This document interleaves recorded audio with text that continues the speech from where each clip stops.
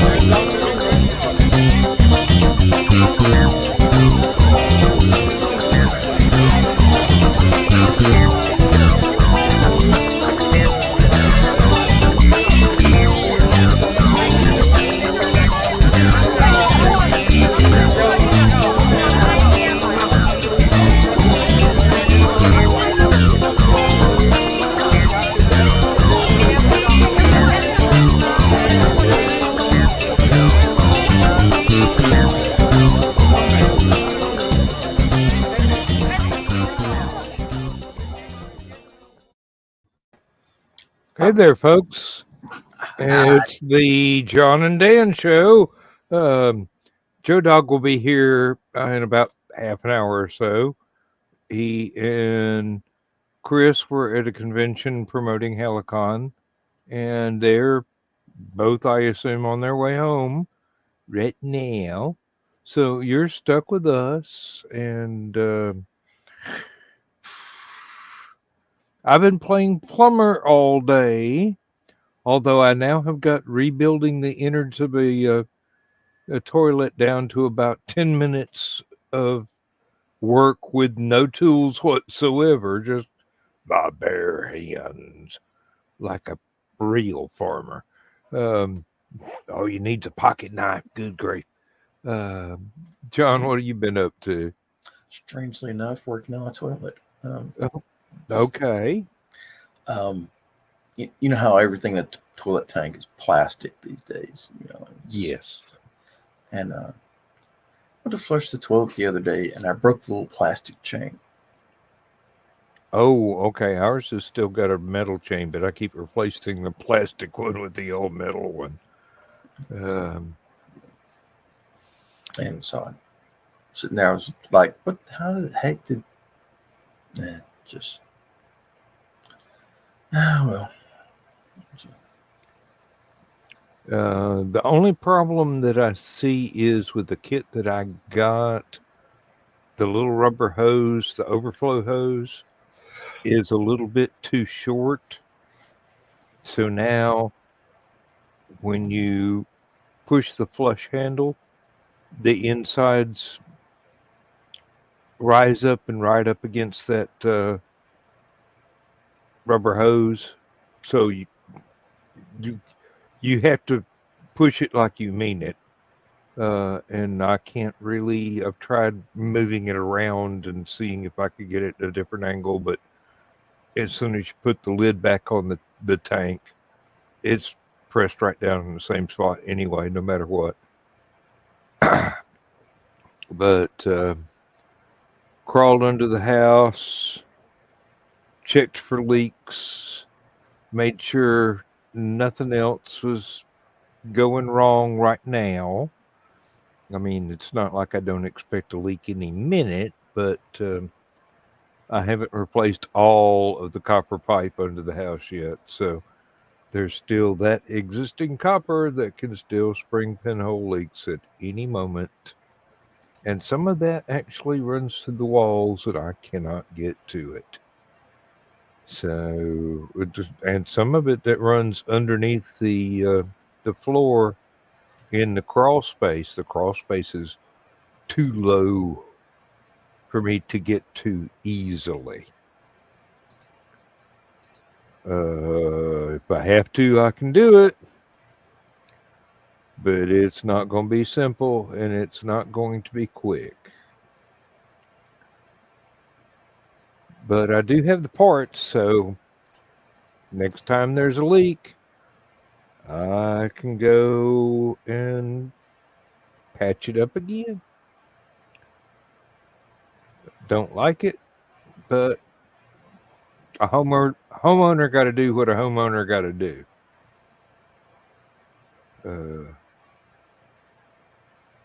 I'm hoping that tomorrow I can finish up with a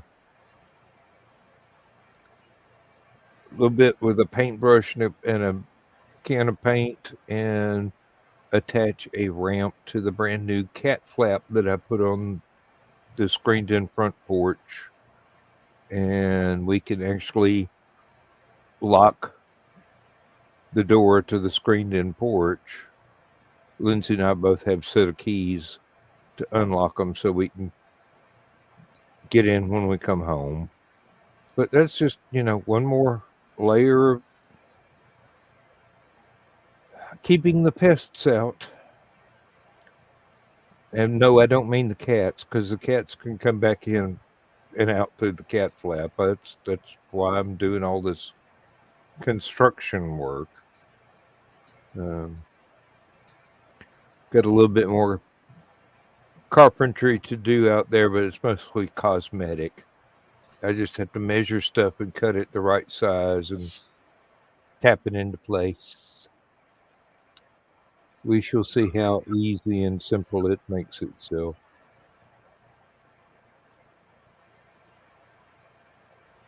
Oh, absolutely right, Carl. Plastic or rubber chains are worthless, always breaking. Once you retire, the homework never ends. That's because I've had 40 years to put it off. It's a long list. It's not that I didn't need to do some of this stuff before. It's just I didn't have time. Now I've got nothing but time. And procrastination is becoming less and less of an option every day.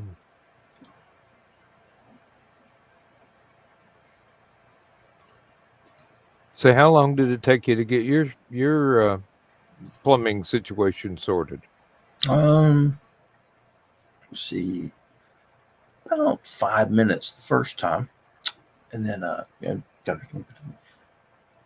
bought one of these new valves, and it's adjustable up and down, but it also has a safety valve. So you got the chain that runs the flapper, and then you got another chain that hooks to a valve, little switch at the bottom of the float. And if the toilet leaks and the float goes down too low and hits this little valve switch, it turns off the water.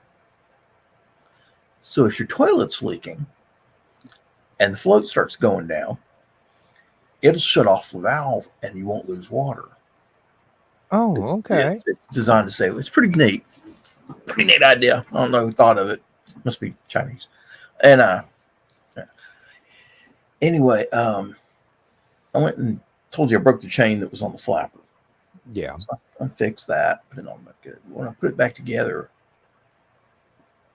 I'd had the chain to this switch wrapped around the arm to take up some of the slack out of it. So when I fixed it, I didn't put that loop over the arm again. So I checked it and told it flushed fine and went back. So I went back, flushed again, nothing happened. And I opened it up, and that it hadn't flipped the valve to let the water keep going. So it's just a matter of pulling the hook off, flipping it around the arm, hooking it back up. Oh, Carl managed to catch little baby this morning. Yeah. Hey, that's great. You haven't Now seen the one. safely back indoors.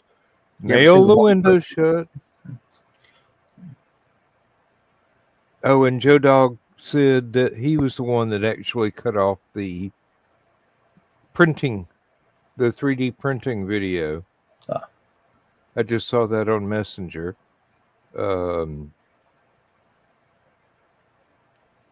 Evidently, his phone finally got through to StreamYard, and he killed the recording because, you know, otherwise it would have been like one of my videos where I nod off and still be going 2 or 3 days from now.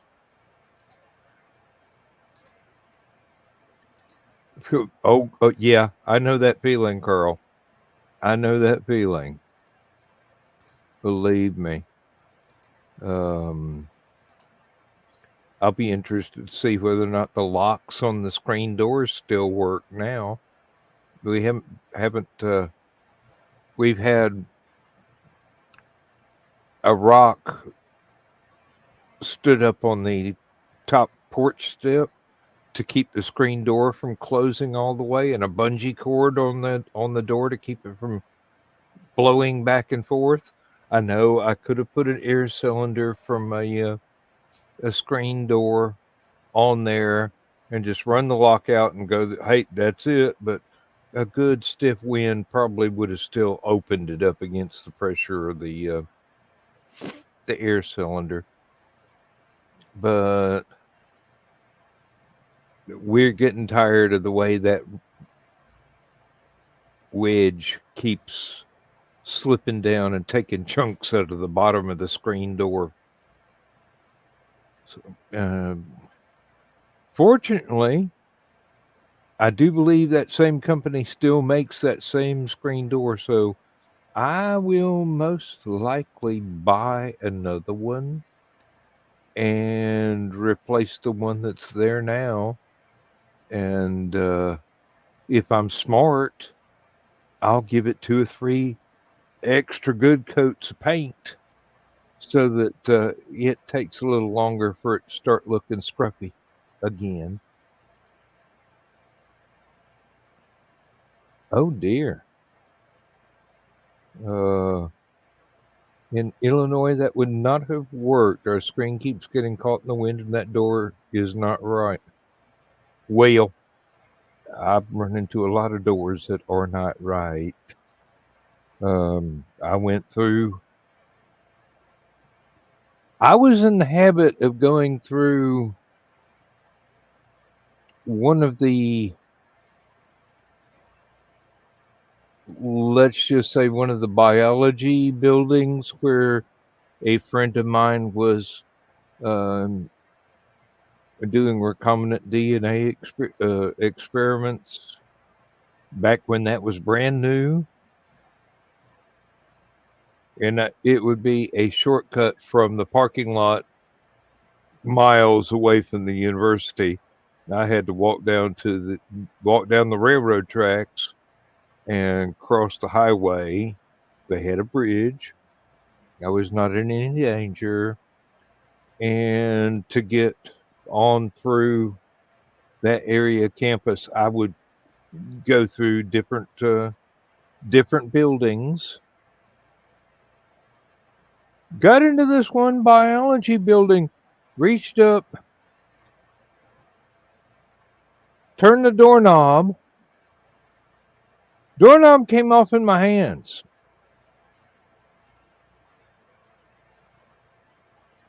Door still opened, but the doorknob was no longer attached.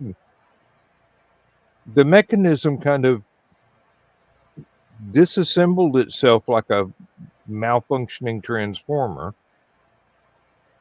or something that SpaceX would be quite proud of how many pieces it went into when it went boom. And I'm going, very, very much like a Daffy Duck cartoon. What am I supposed to do with this doorknob? I can't put it back. So I chunked it in my backpack, went on my way, got on down to the other end of campus, and had my sociology class or whatever it was I had, and got home later, and I go, what am I going to do with that doorknob? I actually had a piece of redwood left over from an art project, and pretty much I had been able to turn it into a cylindrical shape, and it was just the right length for a walking cane. So I put it on there for the handle of the walking cane. I'll get a University of Georgia door handle as the knob on my walking cane, one of my walking canes now. At that time, I only needed them for costume purposes. Nowadays, it's getting to where I really need one. Oh, what's this? Like everything else on this house is probably not standard, so replacing it will be fun. Yeah. If it's anything like the one I'm going to have to replace, I've got to get one of the wood chisels out and carve an inset to put the hinges in, because they did not do that at the manufacturer. So it's got 3 hinges on it, and it'll be a lot of fun trying to not to get those too deep so that the hinges don't work, or too shallow so that the hinges don't let the door close all the way. The joys of home ownership. And yes, I do mean that in the most sarcastic way possible. Of course, like everything else, once I get through avoiding it, it'd probably only take half an hour or so to do the physical labor to hang the door. I got bits and pieces laying around that would make that easy, and just if I can make everything line up with the pre-existing latches and the hook for the spring to pull it closed and stuff like that, it'll be okay. I have an awful lot of trouble hanging doors. It's like, how you supposed to hold it in place and get the drill up there to put the screws in for the hinges and not have it go all wonky? I found a series of wedges work real well. You might have to compromise on the spacing at the bottom of the door, but if it still closes just fine, you can always get one of those gaskets that you tack onto the bottom of the door and keep the little 8-legged critters from coming in, or 6-legged critters from crawling under the door.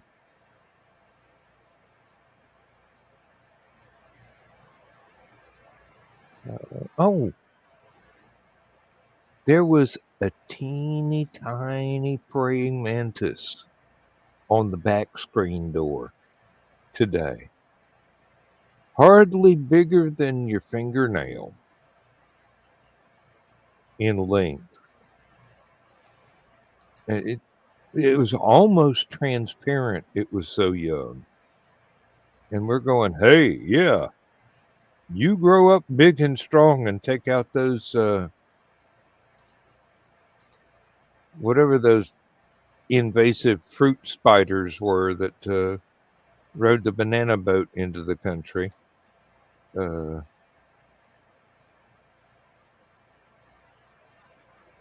We're supposed to not have too many of them around anymore because they like colder climates. They're moving. They're moving up north towards Aunt Donna and Uncle Carl, and those things. Those things are horrible. But they were only here for about 2 years in a row, and then they kind of started vanishing.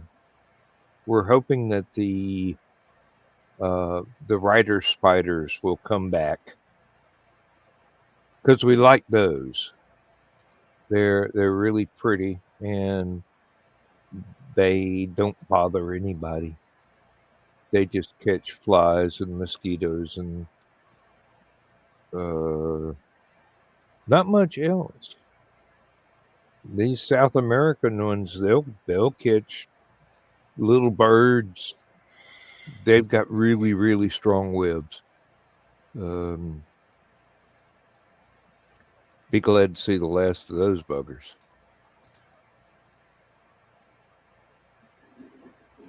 Thought about taking a page from your book and just mounting a flamethrower there on the riding lawnmower so I could scorch my way through the tangled webs. Oh dear. Donna's not feeling well and going to bed before Carl. And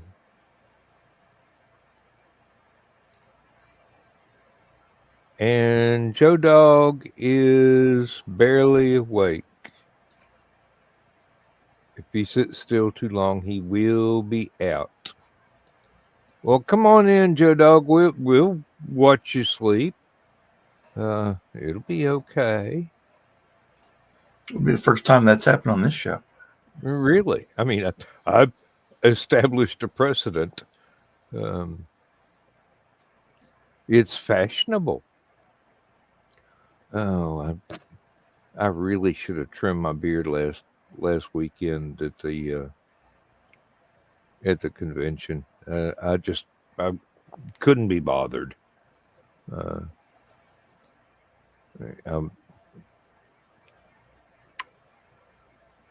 Not like I'm a big name pro.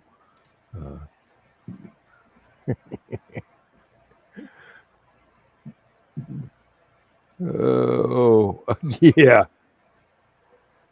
Your dog says good night, and Carl says it'll be an official old guy show. We can all nod off. Hey, and if we were still working, we could get paid for being filmed nodding off.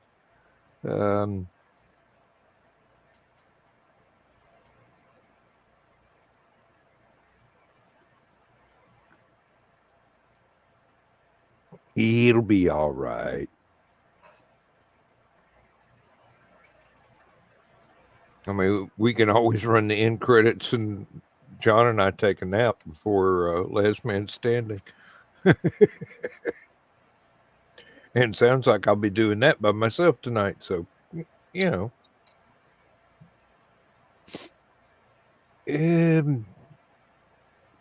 Everything has a way of working out, doesn't it? Sooner or later.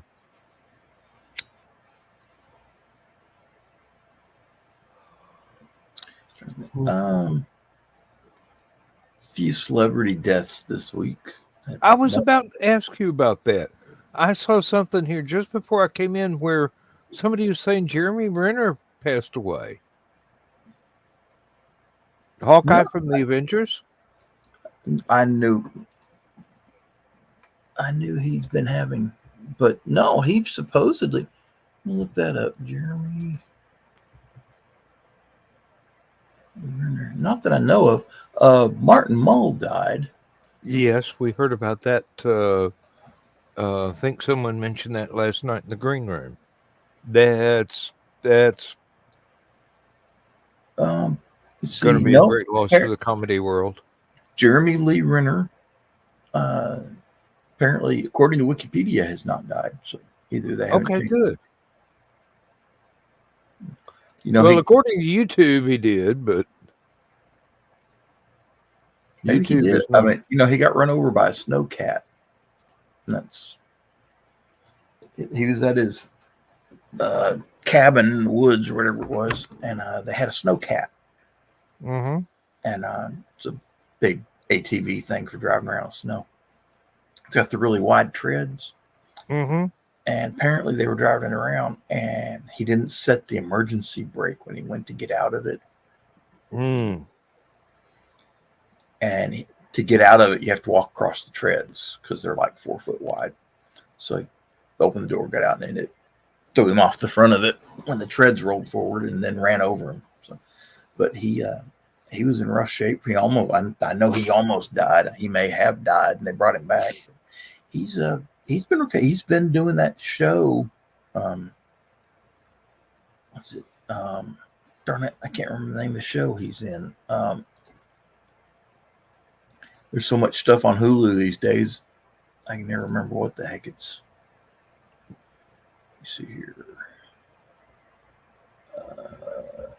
Anyway, he's in this show, and he's gone back to it since the accident. So I was reading something the other day where he was talking about how he just has no energy like he used to.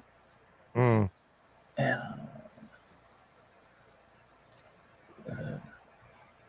but he's getting better and better. So Mayor of Kingstown. Okay. So who else?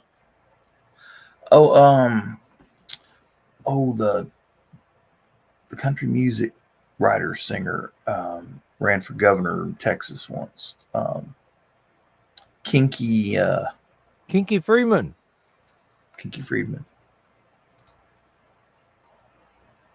Which I just love the idea of Governor Kinky. That's Hey. Don't know what his platform was, but he wasn't a member of the big machine, so who knows what he might have been able to accomplish. Or been unable to accomplish because the big machine was going, "You ain't one of us, are you, boy?"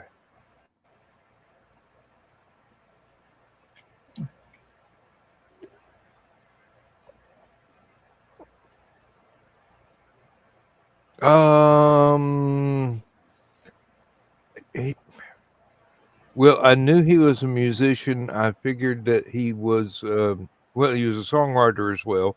I don't know if he did any prose writing, but he could have. I'm not sure. And Carl also is asking, did we get fireworks going already? Somebody had a big show up there tonight. We've had fireworks going off here for the last month. I mean, they don't wait for a holiday. They just, as soon as it was actually legal to buy fireworks in Georgia, it's like, it's Thursday. Let's shoot off fireworks. I'm going, okay, great for stupid o'clock. Just time it correctly. There's been half a dozen different fireworks stands set up in different parking lots of different stores. Some of them have been there for almost a year now. And I'm going, the stores let you get away with parking a van selling stuff outside the store? A lot of stores do that. Well, yeah. Ingles here in Ringgold has a fireworks stand in the parking lot. So. Oh, hello, Carrie. How you doing?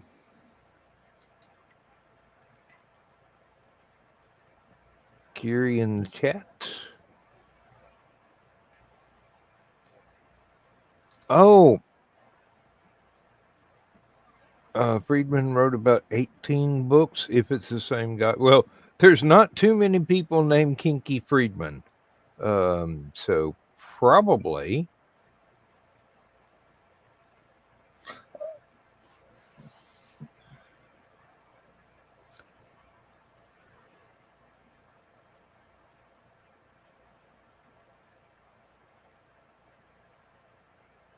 He You know, wrote some. Apparently, he wrote something that was similar to Sherlock Holmes.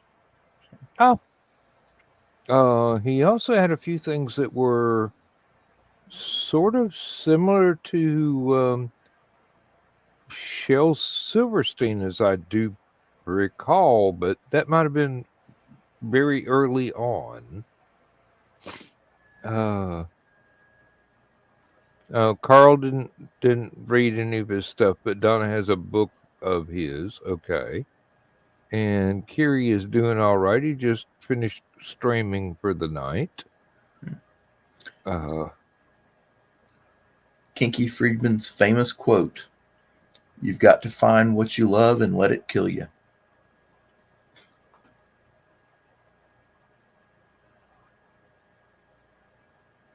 Willie Nelson's still looking, apparently, and so is Keith Richard. They didn't say it. They didn't say it was going to kill you quickly. So.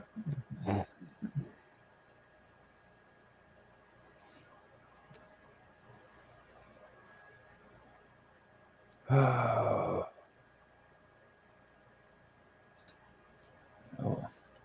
Yeah, there were another couple of celebrity deaths that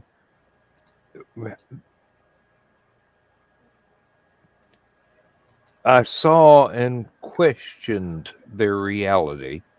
I mean, it was announcements on YouTube. It wasn't like it was a major news outlet or anything. And some of them might have been years old, but only just uploaded 2 days ago.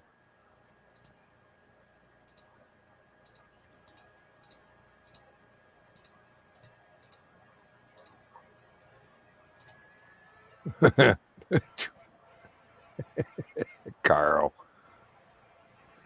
works with redheads, so I'm good. Yeah, you wish. Oh.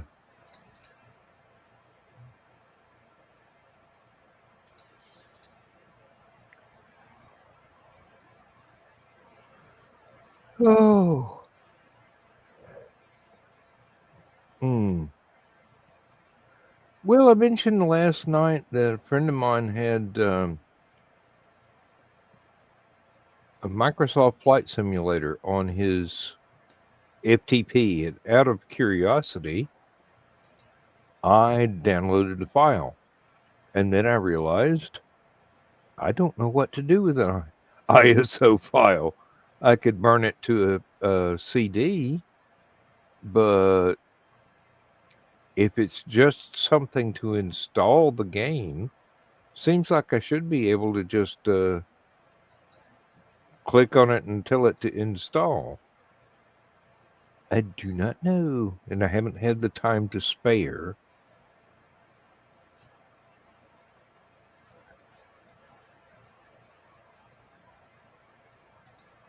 Of course, it doesn't take up that much room on the almost empty hard drive I put it on, so.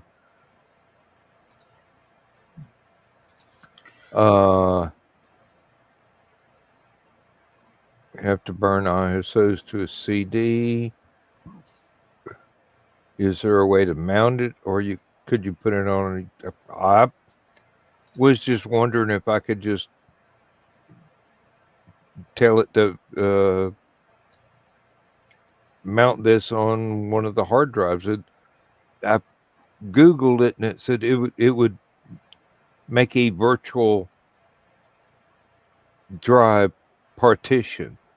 And I'm going, that'll throw off all my links to like my budget and whatever that's tied to different hard drives.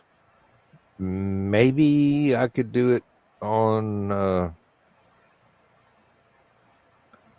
assign it drive letter X or something, since I've already got one I assigned drive letter Z, and have it pop up after the rest of them. I don't know.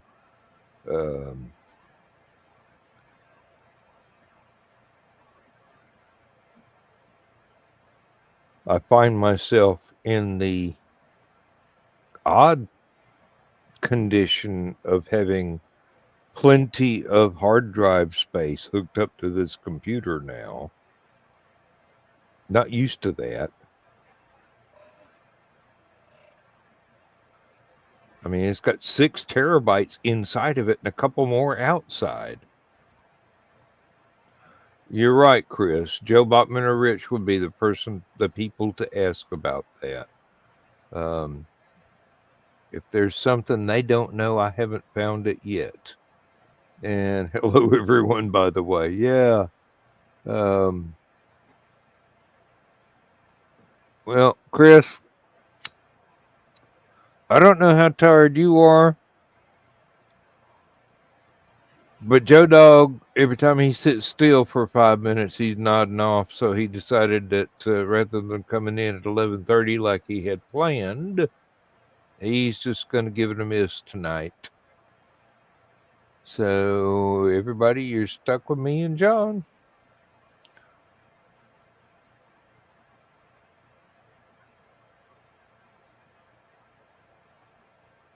And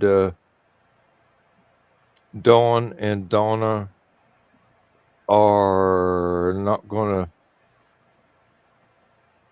be here on either show tonight. So that's all right. We will survive somehow. Okay, Carl.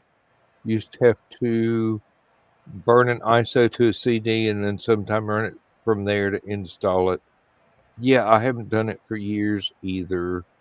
I wound up thinking last night I should go through some of my old installation CDs for some of the games I used to run and put them on the new computer.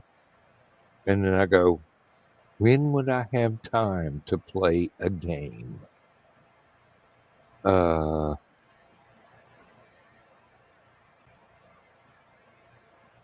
don't even think I've still got the ID charts for some of the other flight simulators that I've had, where it starts up and it asks you to identify this picture before it'll let you start up the game. And then you've got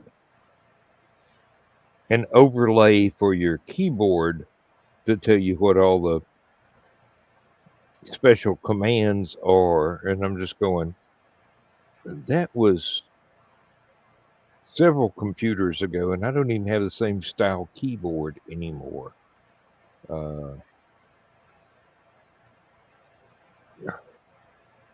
I have no idea. Absolutely no idea. And besides, I had nothing else to do back then. That was before I started writing. Seriously writing. I mean, I was still scribbling stuff from time to time, but not actually sitting down going, hey, I'm going to turn out a story. It was better than watching cable TV. That's all I could say. But, basically just another time sink. Which is probably why I don't have any games more complicated than Mahjong on any of my computers now. Of course, I kind of like Mahjong. It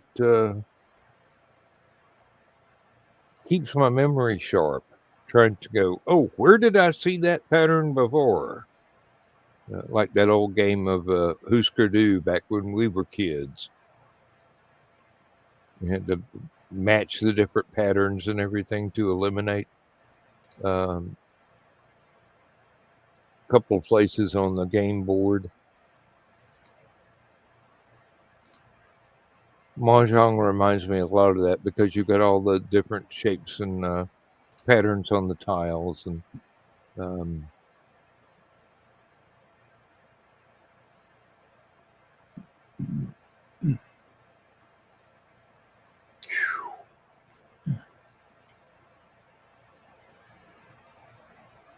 what you got?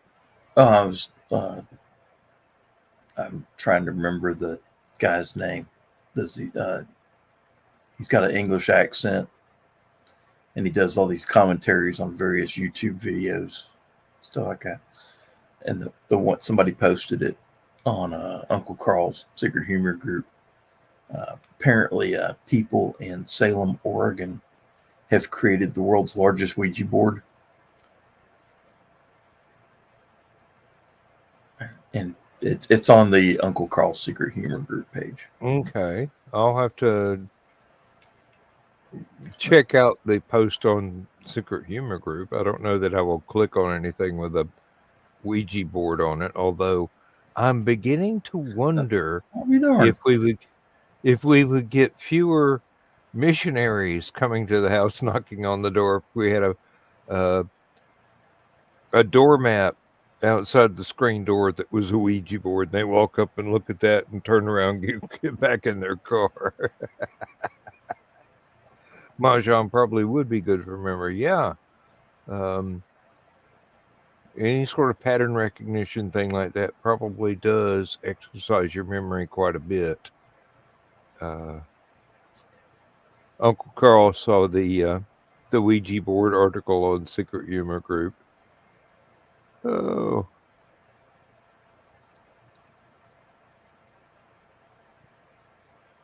Strangely enough, I looked up Jeremy Renner, and strangely enough, what popped up next on my feed was Jeremy Renner flaunts recovery scars shirtless on magazine cover. So apparently he's showing off all his. See, let me read this here. Where'd it go? Talking about that accident he was in. Mm-hmm. 32 broken bones, at least 32 broken bones, internal bleeding that caused a lung to collapse, ruptured liver, and injuries on his face, and scars on his back. Well, evidently, like any other cat, a snow cat is not something you want clawing at you. Forgot to set the parking brake. That's the same thing that killed that newer actor that was doing Chekhov in the revival Star Trek movie series. Evidently, he got out of his car to check the mailbox or something and did not set the parking brake, and the car rolled back over him, or rolled back and pinned him against a wall and crushed him or something. I'm not sure exactly what the particulars are. That was pretty sad. He was really good. Anton Yelchin. Yes. He was really good in that part. Yeah, I didn't care for the scripts they chose for the movies, but the cast was really good.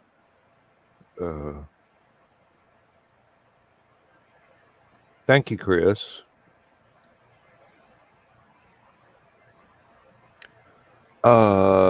Yeah, I've read that too. Trouble with that is there will be a next movie.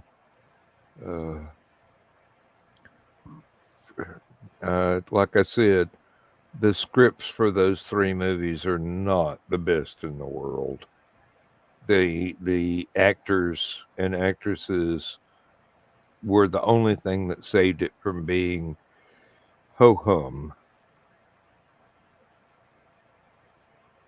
Well, I'm going to go down the hallway, and I will be right back. Oh, what will we talk about while you're gone? Let's see here.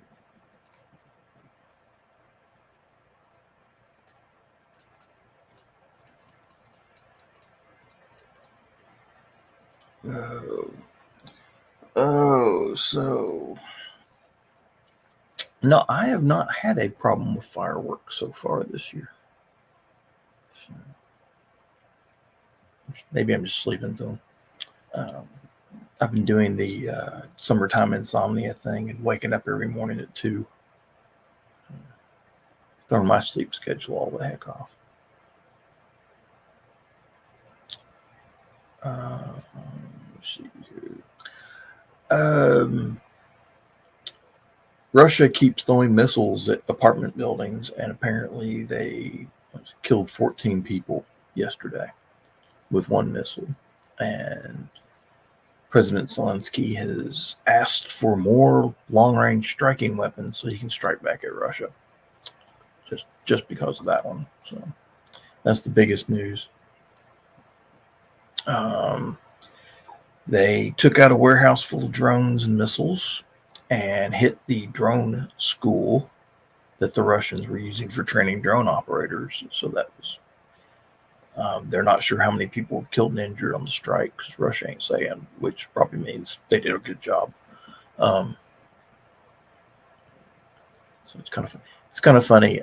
Anytime Ukraine hits Russia, it's a war crime. But anytime Russia shoots a missile in an apartment building, it's, war against aggression. And you can't believe anything Russia says these days because it's all propaganda. So, let's see here. I posted something on Stupid O'Clock the other day about there's a new movie coming out about Dwayne Johnson plays Santa Claus's bodyguard, and Santa Claus gets kidnapped. And they hire the world's best tracker to try and find Santa Claus. It looks like I posted a link on Stupid O'Clock about it. Looks like it's going to be a pretty fun movie. Coming out around Christmas, of course. But it's got an interesting cast. Lucy Liu is in it. Dwayne "The Rock" Johnson, and what's his name? Played Captain America. Darn it.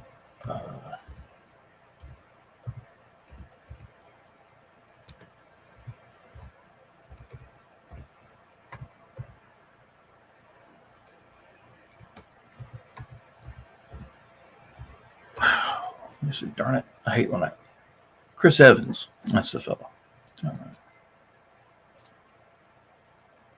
Yeah. Oh, J.K. Simmons is Santa. Yeah.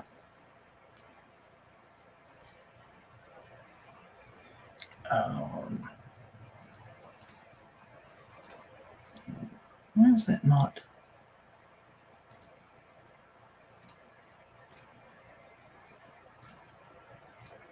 Oh, there we go. One of my highlight buttons wasn't turning off here. Let's see. Chris Evans. Oops. Oh, yeah. Ooh. Yes, Carl. Chris Evans played Steve Rogers. That's why you were thinking Steve. So, Steve Rogers is Captain America's alter ego. So.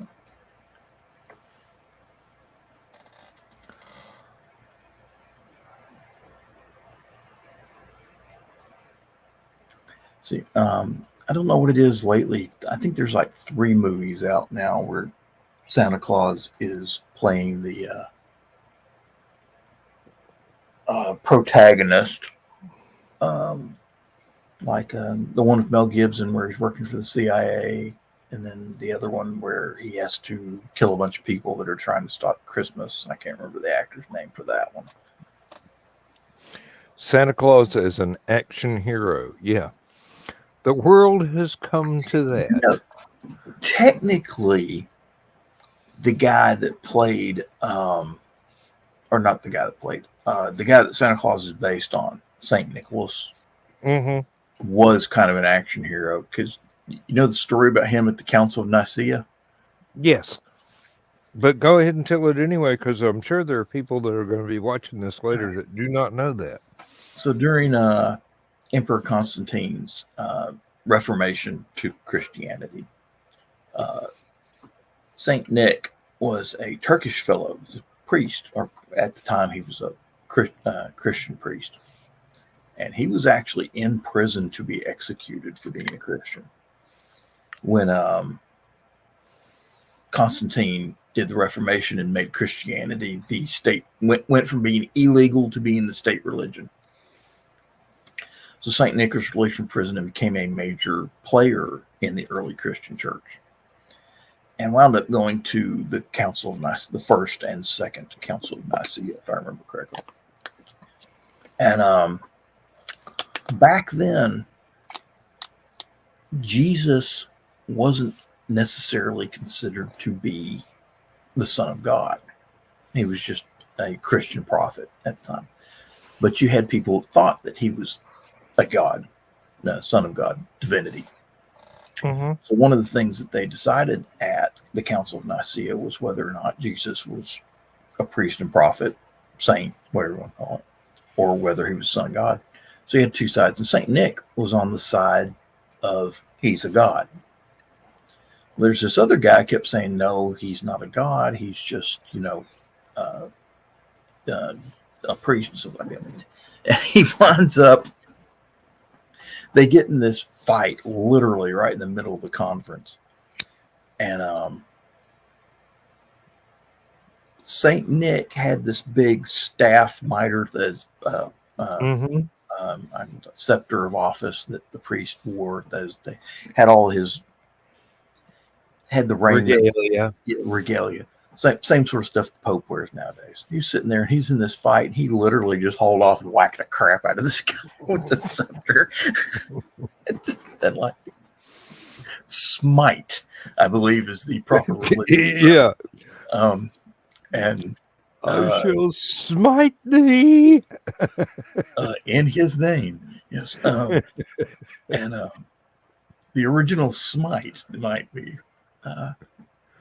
No, I think it was copyrighted a few thousand years before that, but he got in trouble. The emperor got so mad at him for this that he revoked his right to wear the religious regalia. He was still a I can't remember the title at the time. He got elevated quickly in the early Christian church. Mm-hmm. But that they basically, he was the only priest wasn't allowed to wear all the priest stuff. So apparently he started wearing a red suit with white fur on it and black boots, which was a really good look for a Turkish guy.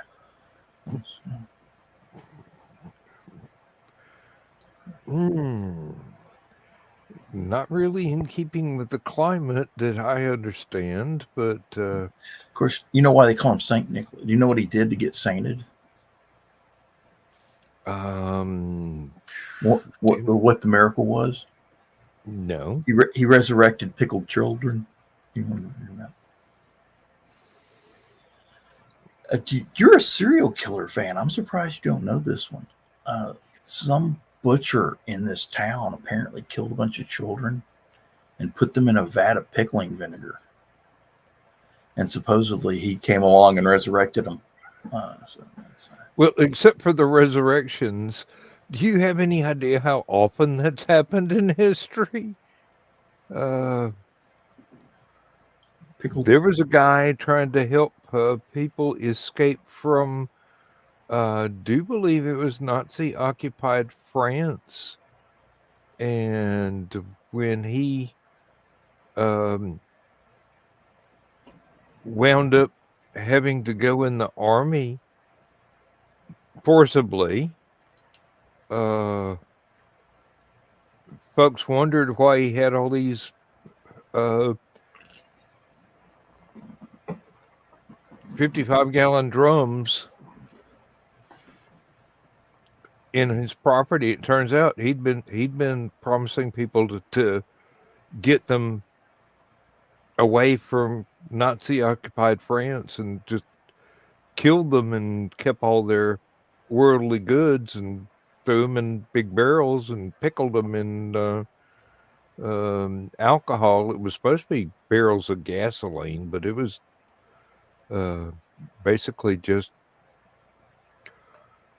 rubbing alcohol, not the drinkable kind. And then he had to try and get out of that. And turns out even the Nazis were kind of upset that somebody was doing things they hadn't thought about doing to murder folks. So he got in real trouble and gotten even more trouble from the French when they were liberated from German control. Um, oh yeah, it was about the time the Eastern Orthodox broke off from the Roman Catholic Church. Yeah, things were kind of weird back then. You had a, uh, I mean, the Romans are going, hey, we can't, no matter how many of these Christians we throw to the lions, we can't stop this religion. So maybe we should just take it over and try and stay in charge of it. Uh, that is my interpretation of history, folks. Correct me Oh, if I'm wrong, or just he, ignore me at your leisure. Saint Nicholas became the bishop of Myra, Turkey, Mm. or Anatolia, as it was called back then. Um, And it was the he's the patron saint of sailors, merchants, archers, repentant thieves, children, brewers, pawnbrokers, toy makers, unmarried people, and students in various cities and countries around Europe. You're right. So it was the regalia of a bishop he was no longer allowed to wear. Correct. See, and Regalia. you I'm know, glad I remember that word. he rescued 3 girls from being forced into prostitution. He dropped sacks of gold coins through the windows of their houses each night for 3 nights, so that their father could pay a dowry for each of them. Um, Strangely enough, he put the gold coins in their stockings that were hung by the chimney with care, which is where that tradition comes from. Yeah, I imagine gold coins would stretch out a stocking really badly, uh, but no one would be ungrateful. Well, That's I mean, probably where the Christmas tradition of the gold foil wrapped chocolate came from in honor of. Um, and it's actually folks in England still highly prize those little chocolates. Um, see, I'm trying to find the story of him smiting someone. I don't Um, know. Carl mentioned a ladder. I've got to know more about this. A ladder got placed and nobody can agree to move it. It's been there since the early 1900s or longer. Uh, that's weird. Hey, there's not much about different religions that surprises me anymore. It's kind of like that story about the 2 guys guarding a park bench on an army base for that just 2 guys get assigned to guard this bench for um, 30 or 40 years. They finally get in touch with the former commanding officer of the base, and he telegraphs back, "What? That bench is the paint hasn't dried yet." Um, Everybody trying to figure out whether this was a traditional guard duty.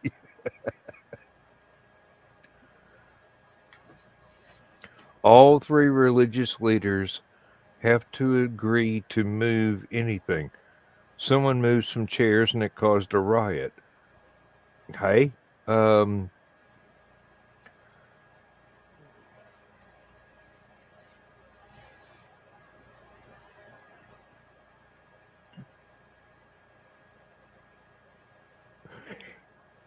Sorry. First Oh. thing my brain went to was, well, remember, Jesus was flipping over tables and chasing moneylenders with a whip. So, Yeah, they're talking here about I found it. Let me see. Nicholas lost his temper and slapped a certain Arian across the face. The Arians were the people that didn't believe in Trinitarianism, the Father, Son, Holy Ghost thing. And so the Arians were the ones that thought Jesus was just a guy. And anyway, said lost his temper and slapped him on the face, is what it says here. And then Constantine revoked Nicholas's mitre and pallium, which is the stole. Thing. And the mitre being the thing he smites. The mitre is the hat. The mitre's the hat. Yeah. Right. That one I did know.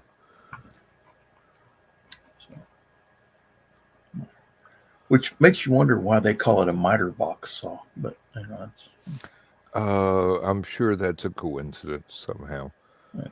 Wikipedia immovable ladder. Okay. There are 6 groups that have to agree in order to move anything. Okay. I'm sure that's anything having to do with religious figures or whatever, but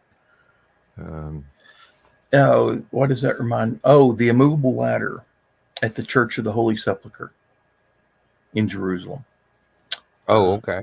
They put this ladder on a ledge. It's up on the 2nd floor of the Church of the Holy Sepulchre.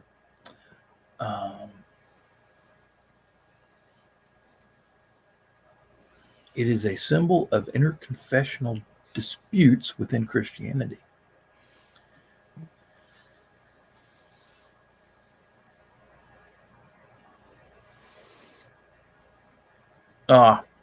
It represents. They put the ladder there, and the reason it's there is it represents,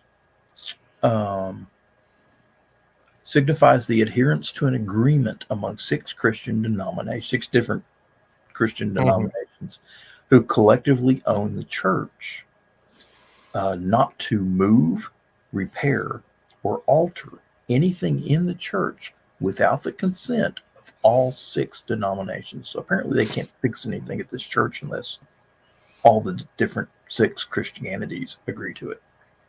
That's going to make throwing a new coat of paint on something real difficult. They're not going to paint this church. It's all stonework.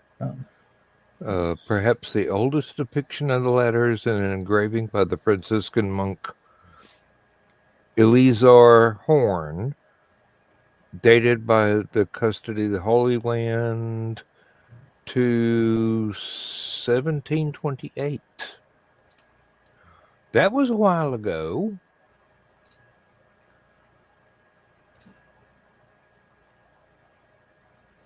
And it's still there. It is still there. Apparently they're supposed to fix that hole in the darn balcony there, and well,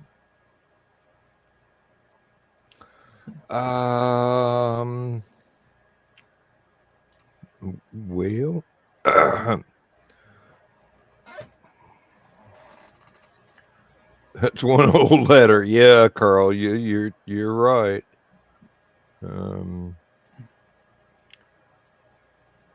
Okay, here's the engraving by Eleazar Horn, and it do show the ladder. And that's from 1728. And then here's the engraving, and again, there's your ladder. So here's your sign. There she is again. And they got people up there on the ladder. Hey. Well, they're not moving it. Well, they just had, because church, they just got people all over that darn church. That's what I guess it is. Yeah, they do. I guess they're arguing. That is my best guess. They're arguing about it.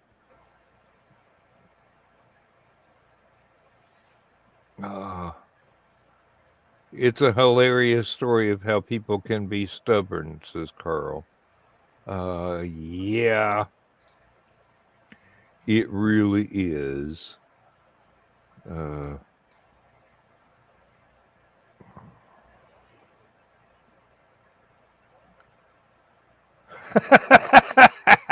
Grass dusting is such a pain sometimes. Especially if you get to get 6 different denominations of Christianity to to agree agree on. on it needs to be dusted.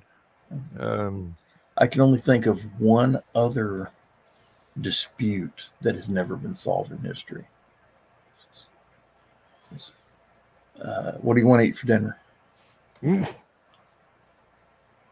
I don't know. What do you want to eat for dinner? Actually, there's a couple of restaurants. Those are the names of dishes that you can order. What was it? They had a kids menu. It was like things like one of them was, "I'm not hungry." It was like mac and cheese, and then,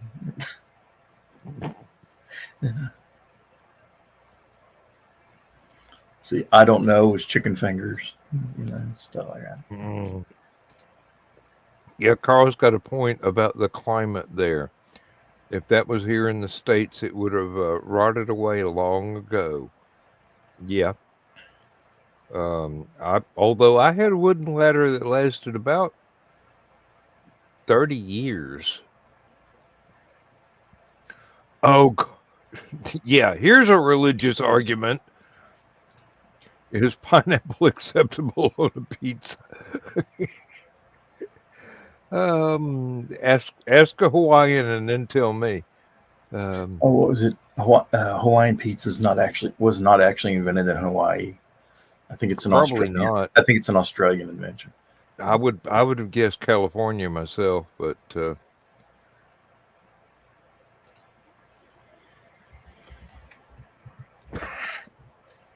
grass. It's because a woman decided what to eat at one time and mankind fell. It's one of the signs of the apocalypse. Yep.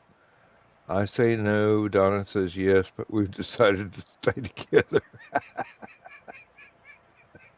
Oh no, Hawaiian pizza is a Canadian invention.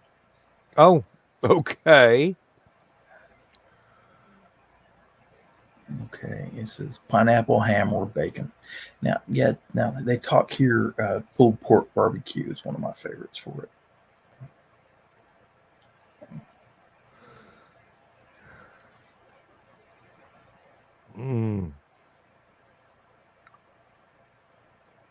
Let's see. What was it? A little bit of trivia. Barbecue was the name of the style of grill used by pirates in I want to say Barbados, but I don't know.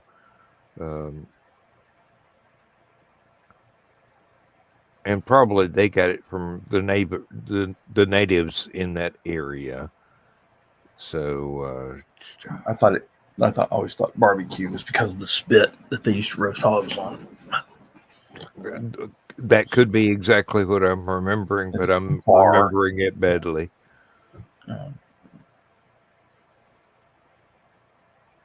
Now, why they call it BQ, I don't know.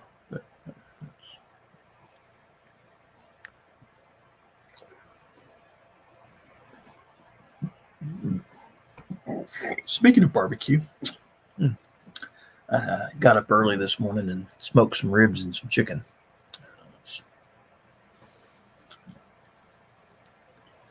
Good for you.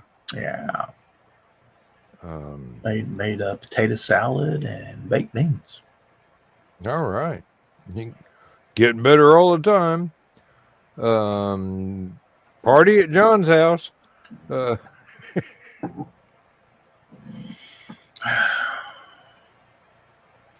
was hoping I'd cool off because I need to mow the grass.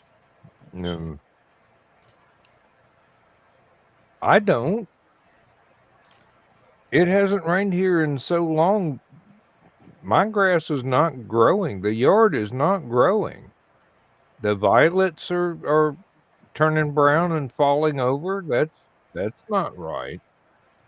Let's see. Uh, Weather Channel. We've gotten some very light rain here the last 2 days. I mean, just like literally 2 minutes.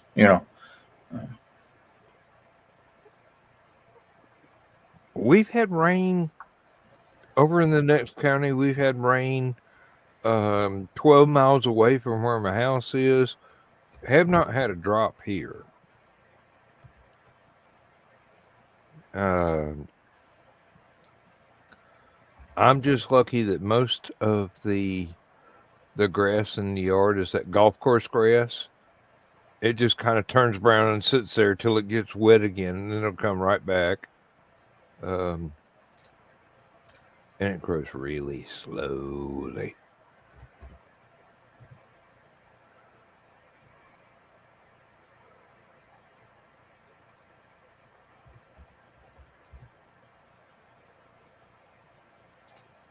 I got to tell the Weather Channel that their advertisements suck.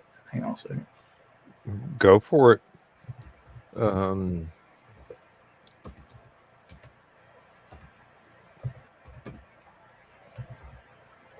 Lindsay keeps coming back here going, "Hey, what's the weather supposed to be?" And I go, "I don't know. You're the one who watches the TV." Then I'll pull up the Weather Channel and sit there while the ads argue with each other about what it is I'm supposed to see before I can actually see the weather report. And then I shut that tab down and don't open it for days at a time.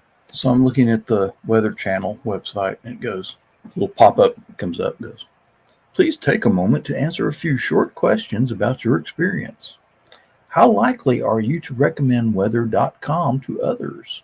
And it's got a little scale from 0 to 10. So I gave them a 2. And what specific recommendations do you have for improving weather.com? You see, the advertisements make site navigation extremely difficult to navigate. And then, if I want a weather report, I don't want to be watching Shark Week while I'm hunting. Exactly. That's okay. I've got Sweetwater guitars and amplifiers. I've got Thinks for it's some sort of company that sells leak prevention underwear.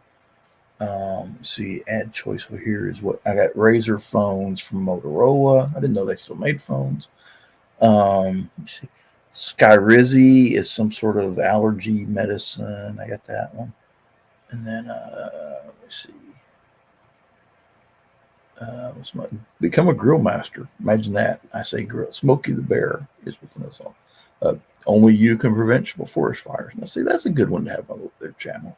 AARP. I don't know if I like that one or not. Targeted. Of course, you have to have your dermatologist Cosmetics advertisement. I believe that's mandatory these days. See, an insurance commercial, smart home insurance solutions, Pure. And I had to get through all that to go to Tropical Storm Beryl. Beryl is barreling down on the Yucatan. Scattered thunderstorms, 90 degrees tomorrow. But it looks like it's going to be cooler Monday and Tuesday. Not much. It's going to be up in the 90s. It's heat index today with the humidity, because the humidity was so high. It's over 100. I wouldn't doubt it. I got a new toy today. Didn't take long to get here either. I'll probably have to turn off the damn virtual background, but you see this little thing here? Now, the GPS did not come with it. It's just a clamshell holder that sits on the dash of your car. You don't have to glue it down or stick it down or whatever. It weighs about, I believe my Desert Eagle is lighter, so it's somewhere in the vicinity of 3 or 4 pounds here. And it's got uh, a base that's kind of abrasive but not sticky. So it's not going to slide around on a car dash too badly.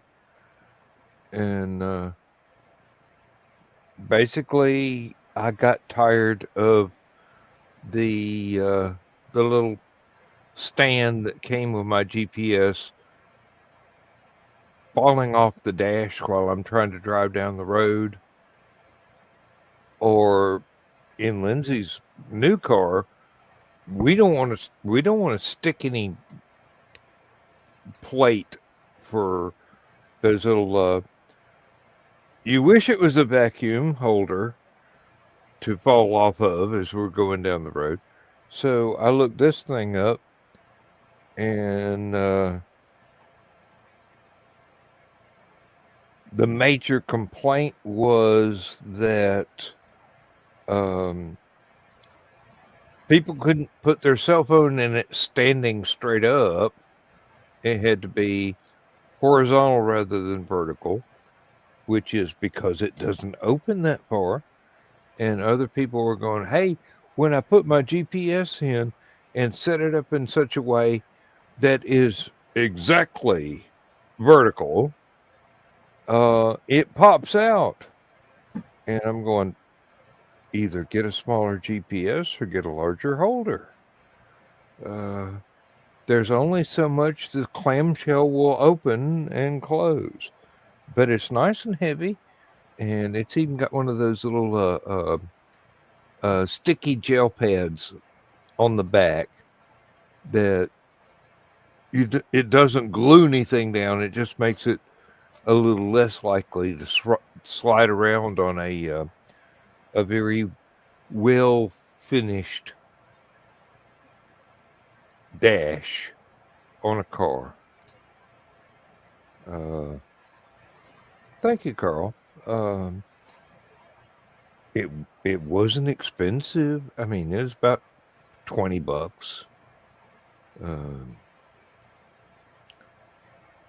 But it seems to be nicely made, and we're looking forward to using it on the way to HallowCon.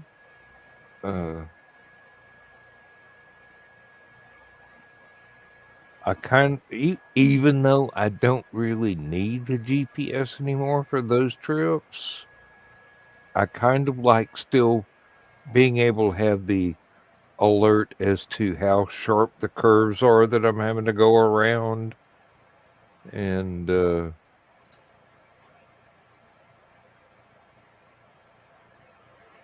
when there's a rest area or a gas station or what restaurants are coming up, and it also displays the roads that cross over my route so that Lindsay can go, oh, okay, yeah, that agrees with the sign. Yes, you haven't got us lost yet. Which I'm very surprised that I don't do. But, when we were coming back from LibertyCon, I had the thing packed away. I didn't know where I packed it. So we did the entire trip back without the GPS whatsoever. And it was just like the old days.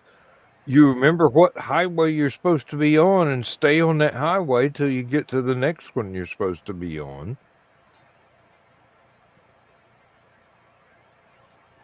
Of course, the GPS is also pretty good for telling me which lane I need to be in for which exit I want to take. I did have one problem going from Highway 20 to I-85 north. I expected it to be off to the left, and then I had to shoot over across 3 lanes of traffic to get to the exit that was actually off to the right and looped around.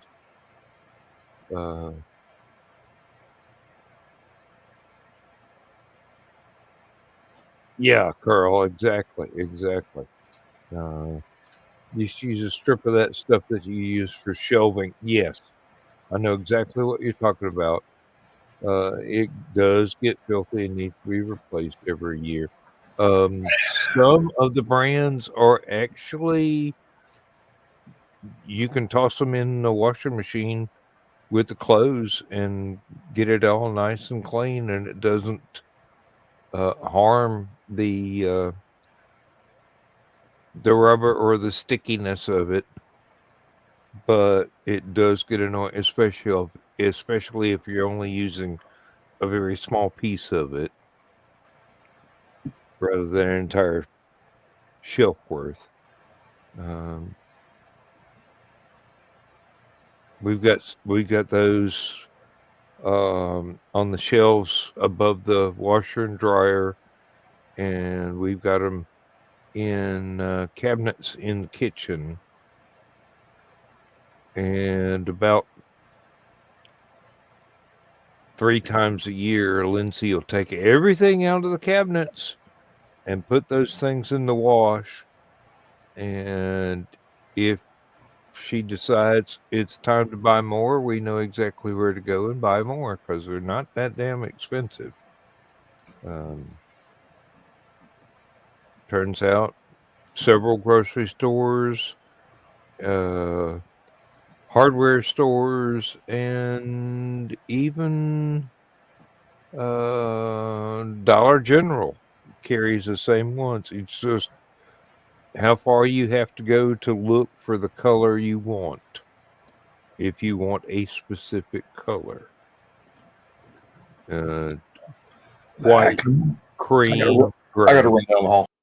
Okay. It's not expensive stuff whatsoever, and it does exactly what it says on the tin. It's very useful, and I never thought about using it on the dash of the car. That would be a very good idea, but I've already spent the $20, so I've got this thing. I can actually take the GPS and fit it in over the speedometer in the dashboard of the van. And it fits exactly, and it's held in place. And I would be looking at the speedometer anyway, but it does mean that my wife can't look at the map and say, oh, there's this road coming up that's near this thing that we want to stop at, like an antique store or whatever. And not to worry, it has a speedometer built into the GPS. So it's not like I need to see the speedometer that came with the car because the GPS tells me what speed I'm going, what the speed limit is on that particular road, and whether or not I am within 3 to 5 miles an hour of that speed limit because it lights up and changes color if you try and go too fast. It's kind of like having a radar detector that isn't annoying.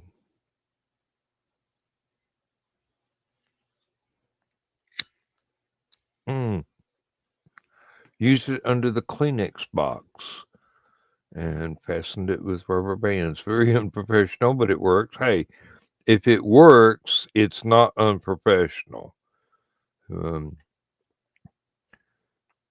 If it weren't for duct tape and leftover hose and plastic bags, Apollo 13 would not have successfully gotten back from the moon. Sometimes you just have to rig stuff up. So the GPS is about not quite as loud, I'm sure. Um, um,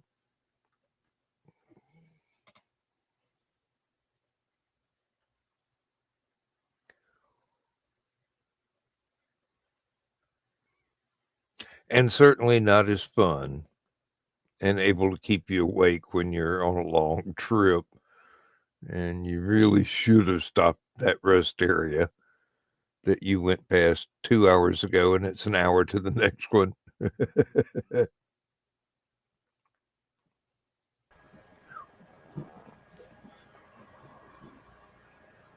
Mm.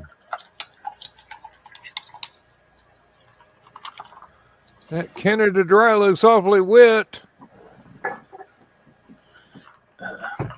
Reminds me of a joke. Guy in Ireland walks into a bar in Canada. Ordered a whiskey. And the bartender goes, "You're not from around here, are you?" He goes, "No, I came over from Ireland." He goes, "Oh, really?" He says, "How you enjoying Canada so far?" He says, "Well," he says, "I was sitting in a bar in Ireland." He says, "They had an advertisement that said, 'Drink Canada Dry.' I figured I'd give it a try."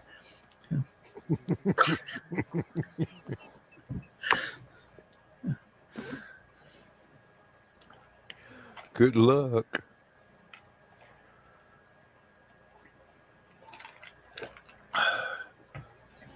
What was that joke from Crossfire Trail?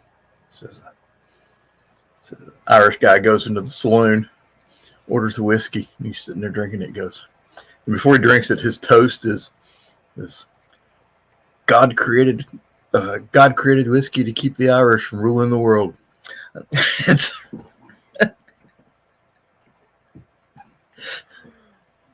Well, good night, Carl. He's fading past. Pet the cats for us. Except that one cat. No, he's got several in the house. Yeah, but he got one that didn't want to be in the house. So. Well, now it is. He got it in today. All the snoozing cats are affecting me. Yeah. Well, give Donna a hug for us in the morning. You could do it right now, but she'd probably kick you. She's one of those restless sleepers, as I understand.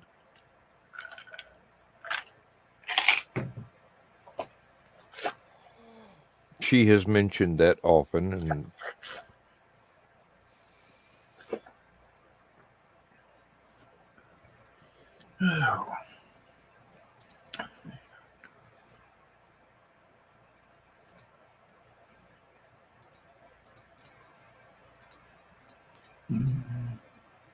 yeah, I predict I'm going to have a very short last man standing tonight. So I'm not. Have to change the show name to Last Man Starting. Hey, I'm not going to sit there by myself and monologue for 2 hours. I could do it, but it'd be really boring for anybody that wants to watch it later.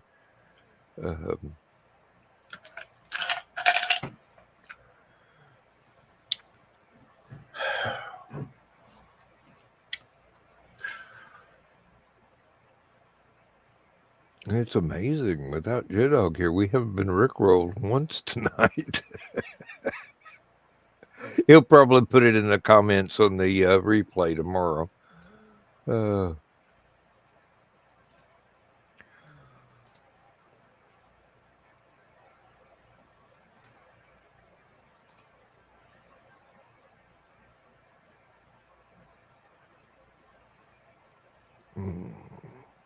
Don't you dare.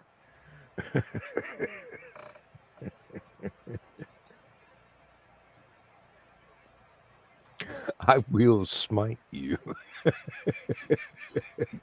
I'll have Constantine take away your miter. Even though you could probably pick me up and rip me in half and throw pieces over your shoulder.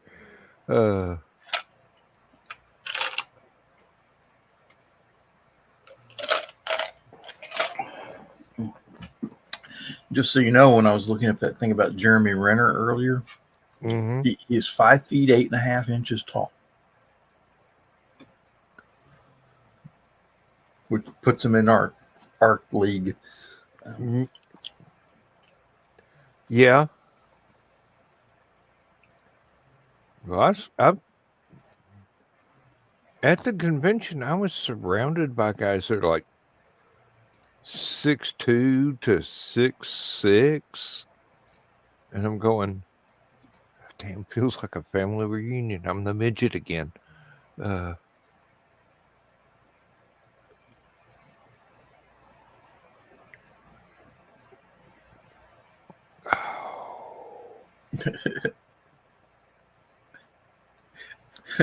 Shows this lady, she's got a bunch of hummingbird feeders and she's refilling them. So she's walking out of her front porch with 3 hummingbird feeders in her hands to go hang them back up where she cleaned them and refilled them.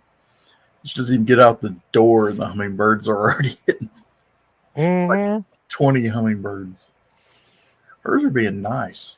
Yes. Our hummingbirds are assholes. They try to kill each other. They're very territorial about the damn feeders. We still have a lot of the, I think they're finches. They're thumb-sized little birds that people usually keep in cages in their home or on the porch or whatever, and occasionally those cages get knocked over and smashed, and the birds all escape and they go feral.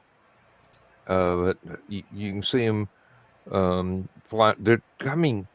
They're just barely bigger than bumblebees, but they are so beautifully colored, some of them. And I'm going, oh, that would be great, except probably go through like 55 pounds of bird seed every week.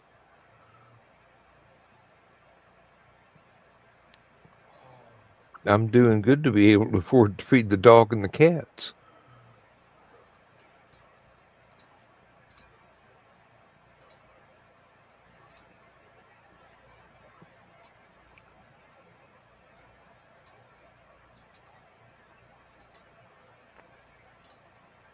Oh, and one thing that I was glad to see about the cat flap I just installed,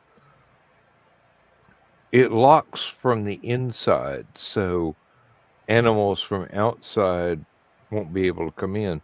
Right. But it still will open out so the cats can get out, but if something starts chasing them, they can't escape back onto the porch, which has me worried about the local coyotes and things like that.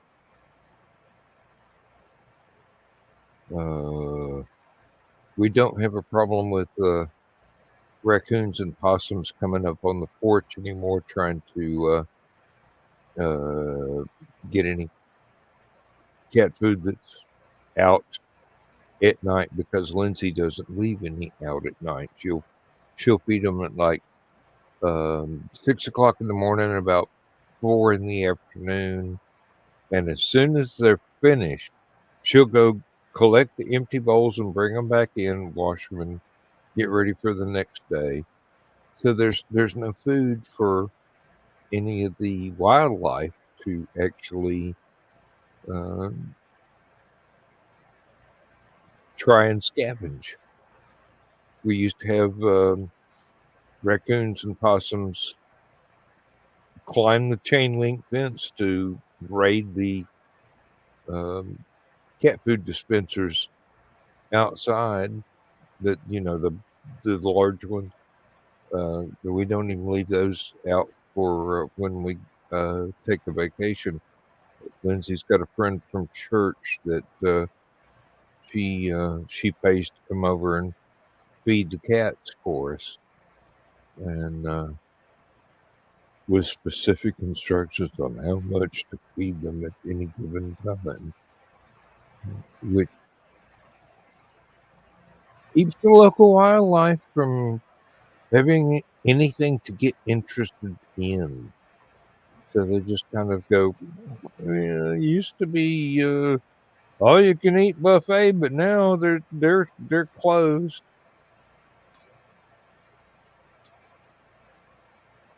Oh, that reminds me, I've got to get some trellises and try and keep the muscadine vine from drooping on the ground and taking root in the middle of my yard where I'm trying to mow. That's going to be interesting right there. I'd like to get a bunch of those fan-shaped ones, but they're not made out of anything durable. So I'd be having to replace those every 5 years or so, I suppose. I don't know. I could always do like Dad and get a bunch of treated lumber, creosote posts and whatnot, and just go ahead and make a damn grape arbor. Just put the regular diamond pattern trellises over the top and drape the muscadine vines over the top of that and let them go crazy.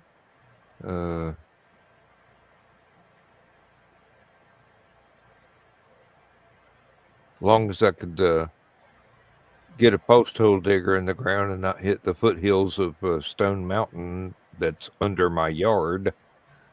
Got a big old lump of granite in the backyard, so I know that probably extends all the way to Atlanta and all the way to Elbert County, which is quite a distance in both directions. So this must have been a fairly volcanic area back in several million years ago.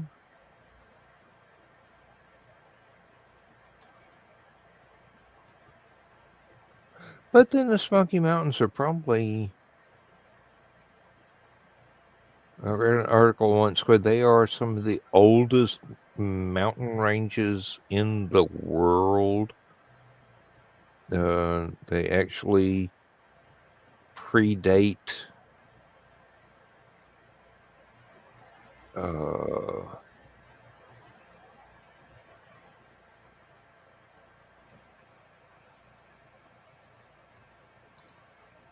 fish with backbones. A lot of the fossils that are found in rock quarries up through the Smoky Mountains are pretty much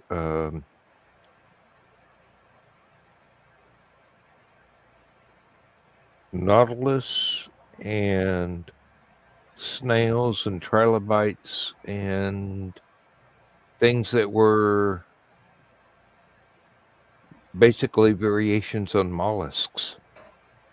So bony fishes had not even evolved at the time those mountains poked their heads above the sea. And actually, according to some folks that have been studying continental drift, Smoky Mountains get split by the Atlantic, run through England and up into the Netherlands and Sweden and Norway. So back when it was all one big supercontinent that was an unbroken chain of mountains, thanks to continental drift, kind of got spread out a little bit.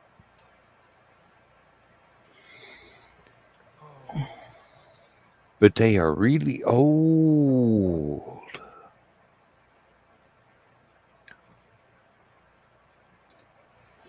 Oh, what was it?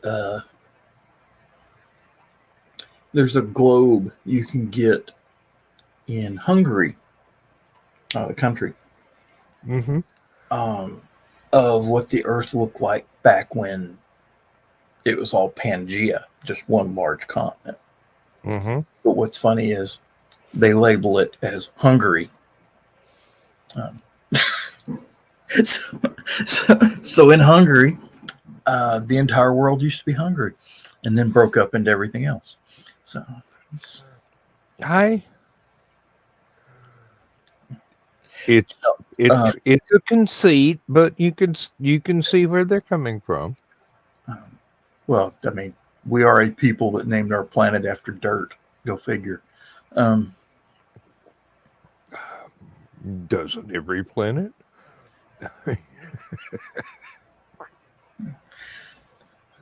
Lots of planets have a north. you know, they need to do that. That'd be a great Star Trek joke. Is the guy's asking the person from Earth says, "What's the name of your home planet?" Earth. You mean like dirt? Yes. You named your planet Dirt. Doesn't everybody? Seriously.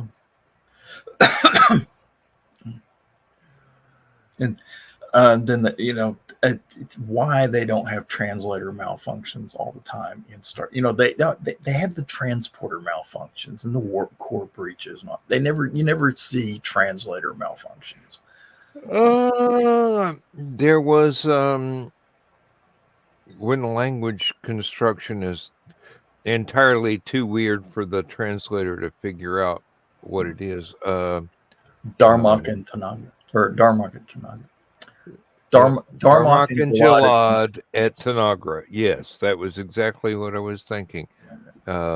Which you think there'd be more of that because there's some things in Star Trek that I did a fan fiction one time, and the captain of the starship, since he was a young lieutenant, first time he ever visited another planet, right out of Starfleet Academy, first time he ever visited another planet, he bought a clock on that planet because it was nothing like an Earth clock.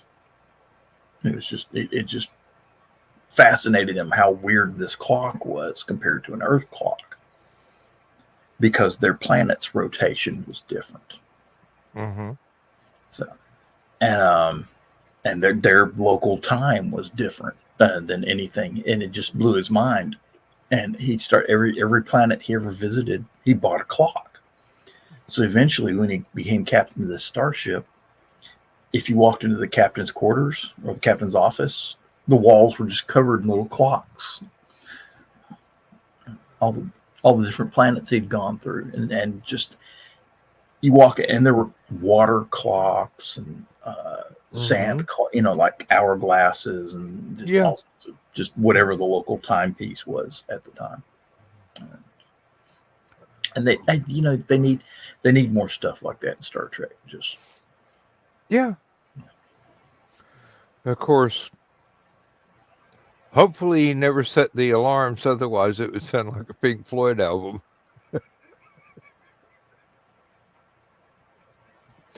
You imagine trying to sleep in that room? Tick, tick, tick, tick, tick, tick. Can you imagine? Now, this is something I was going to write into the story. He had this young ensign on the ship that got in trouble and got put on extra duty. And part of his extra duty was winding and setting all the clocks in the captain's ready room, and they all had to be at the exact same time and wound up and just all. And the thing was, most of the clocks were alien, and you couldn't set them to the exact same time because they did. Like one of the clocks had a 32-hour day, and like like the Earth clock, it was divided into two halves of the day and night side. So each day was 16 hours with 4 quarters that were divided into four more quarters. So, or 4 quadrants divided into 4 quarters. And he's like looking at this clock and how the hell do I set this?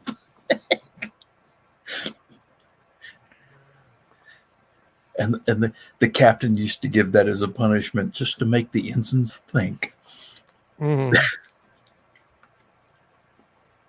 Says, like that's going to happen. Says, I can turn an hour of extra duty into a week of going, how the hell do you do that? And his science officer looks at him and goes, you know, that could be deemed as torture, right?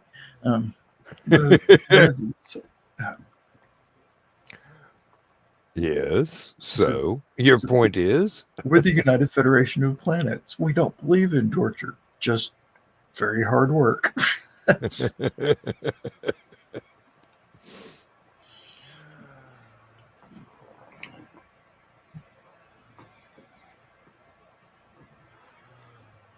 Oh, dear.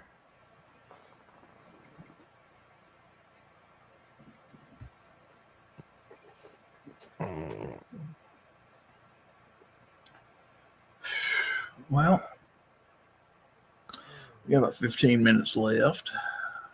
Yeah, I know. I was just sitting here thinking, you know, Mike Jimmy's alarm ought to be going off about now, but it would be Sunday for him, so he doesn't have to go to work. He's probably waiting on the baby to wake up and demand being fed and diaper changed and everything else. Excuse me. Wheezing. Do you remember seeing that joke when Meghan Markle joined the royal family? And it showed her with the Queen and all the other royals, and she's going, so what are y'all doing for the 4th of July?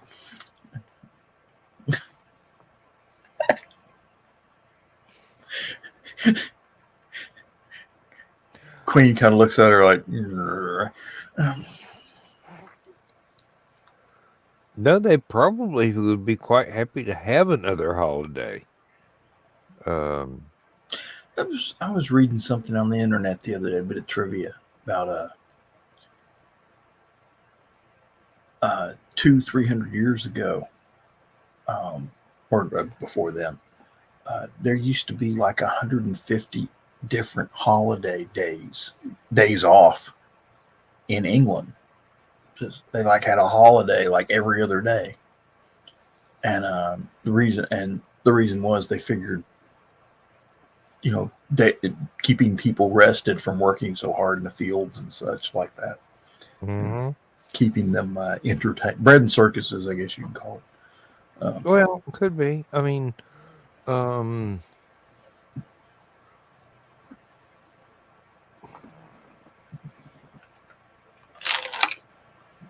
they seem to have a lot of 3-day weekends they call bank holiday, which means the banks are closed. So,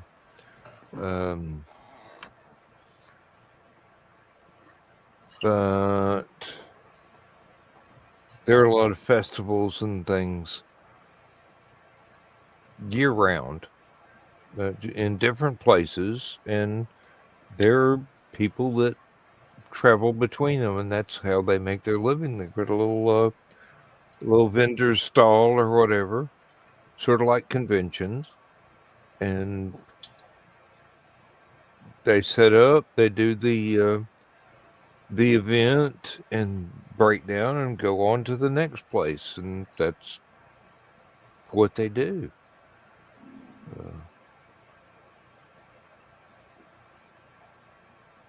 Sounds kind of fun, doesn't it?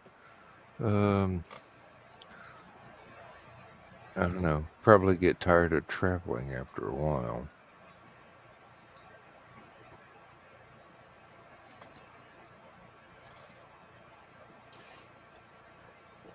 I don't think I could stand vending at every convention I go to. Because if you got a table you got to watch, you miss almost everything else at the event because you've got to be at your table. Otherwise, you might miss a sale. And if that's your living, you don't get to go to a lot of panels. Or room parties, for that matter. Oh, I didn't go to any room parties at LibertyCon. I just realized that.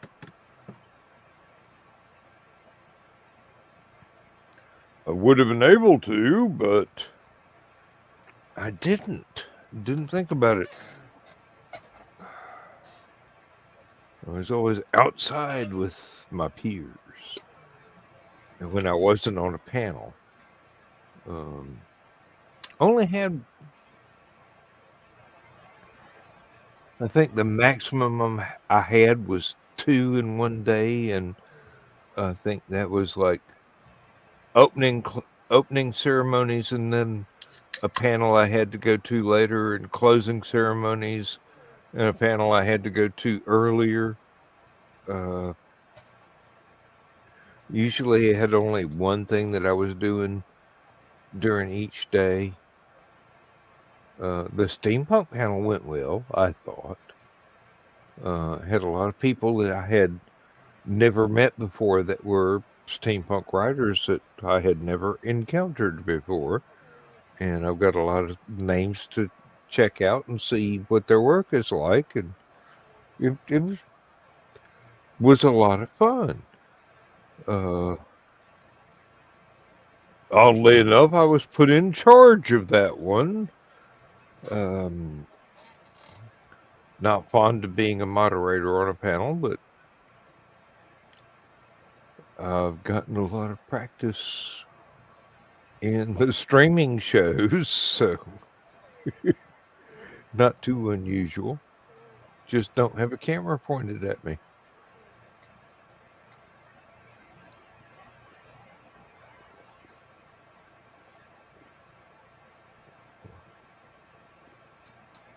Well, let's see. We got 5 people watching.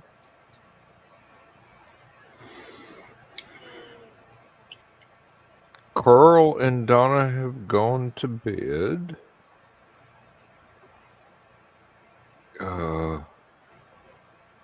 Don and Joe Balkman went to bed far earlier.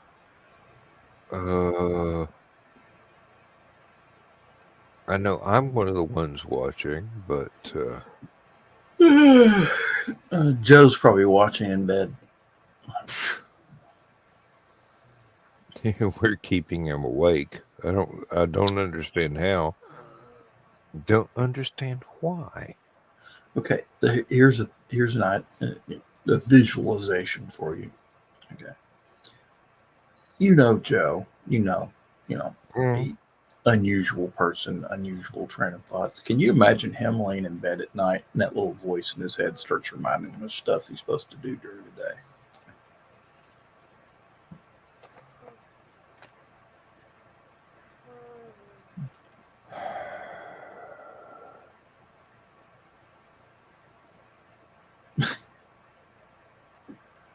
No, I can just imagine endless digressions leading him off down the garden path.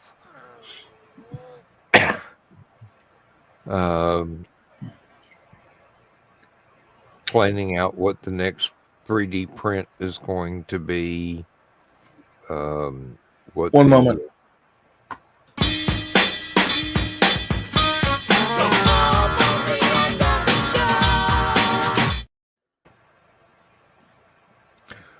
Poor Dawn, she missed it.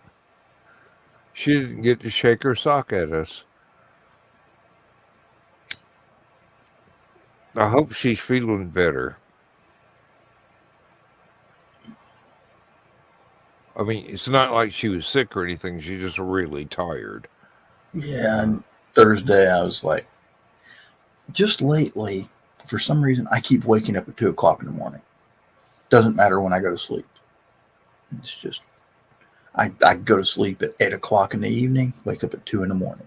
Go to sleep at midnight, wake up at 2 in the morning. And just can't get back to sleep. So I've been, and then, so needless to say, my sleep's been suffering.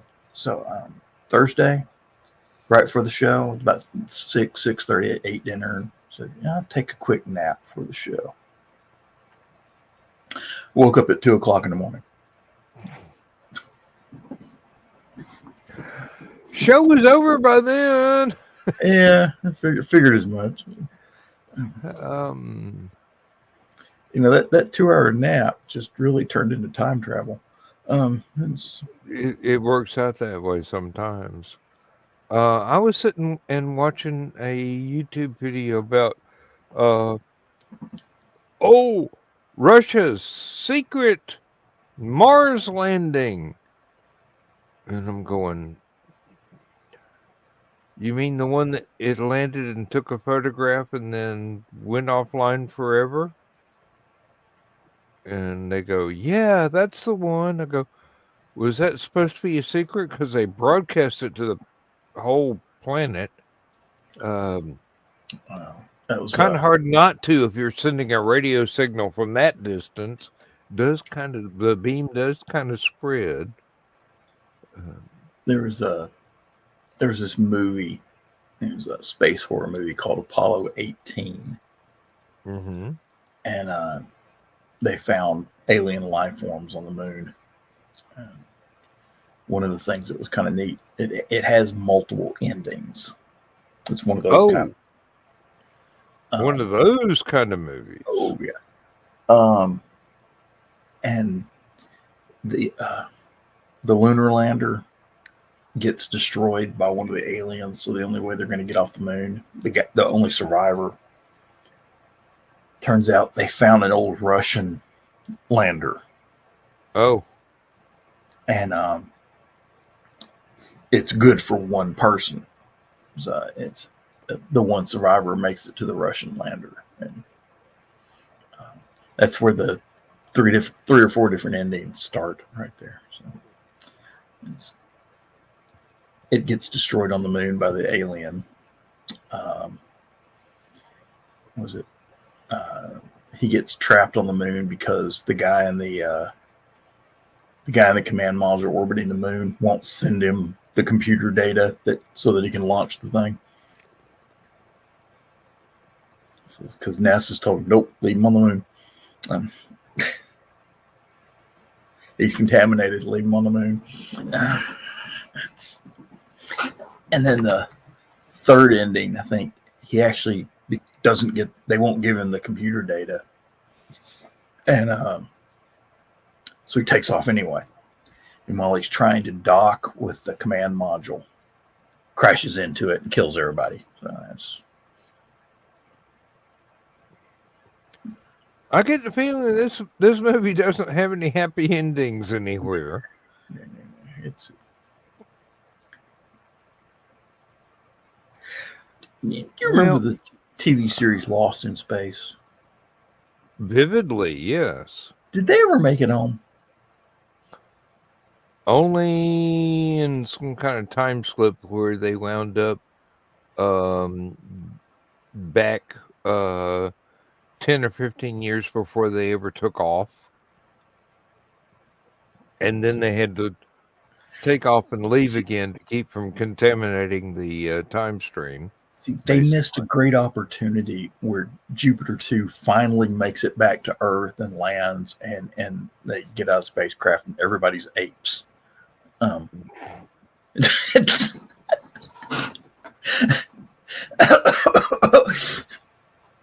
Okay, guess what time it is? Time for high flight. Yeah. You punch the button. I'll punch the button. Good night, everybody. I've got to leave. I've got the other channel set up. It'll be a short show, believe me, unless Thesis or somebody shows up. You have a good night. You too. Night. Wrong button.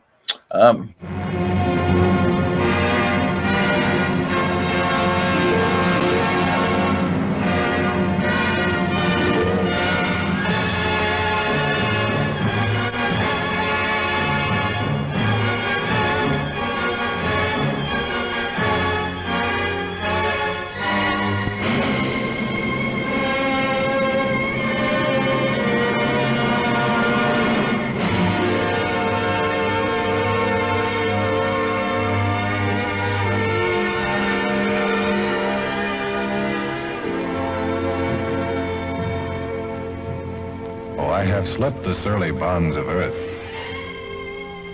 and danced the skies on laughter-silvered wings.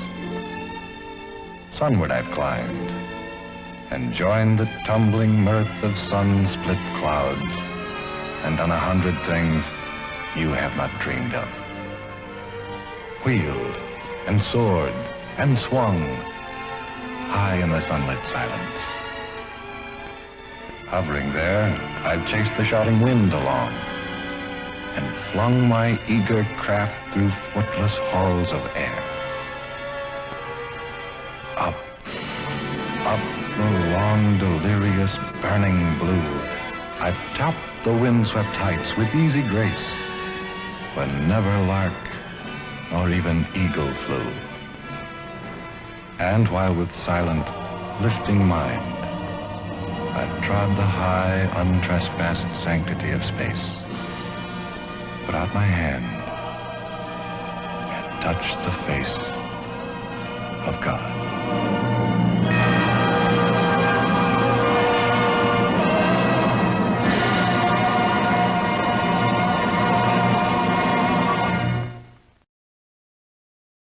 Did not get away with it, fuck